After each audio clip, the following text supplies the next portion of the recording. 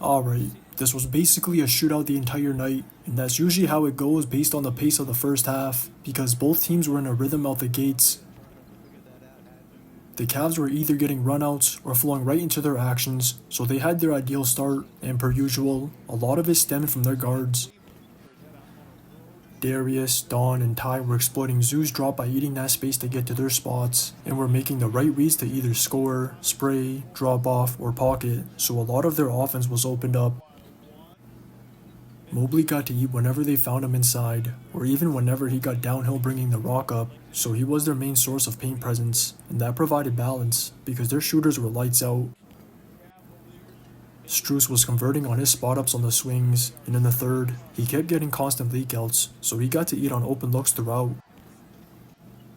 Even Hunter got to do the same in the first half, because Don kept fighting him for quick pulls in transition, and every time they got a no board, one of them would convert, so between those two outside, Mobley inside, and their guards still scoring as much as they were creating, they had more than enough offense to win.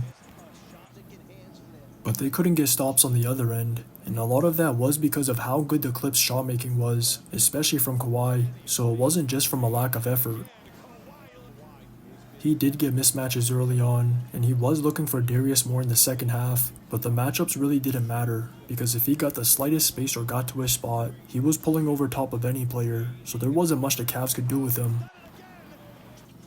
It was even the same situation against Zoo inside, because whenever the Clips found him in the post, the pocket, on the trail, or against the zone, he finished his chances over Allen, and that's without even mentioning all the old boards he was securing.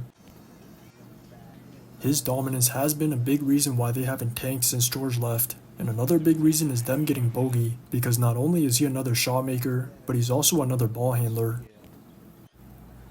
That allows Kawhi to focus more on scoring and alleviates pressure off Harden as a playmaker, because he can make reads in the SNRs.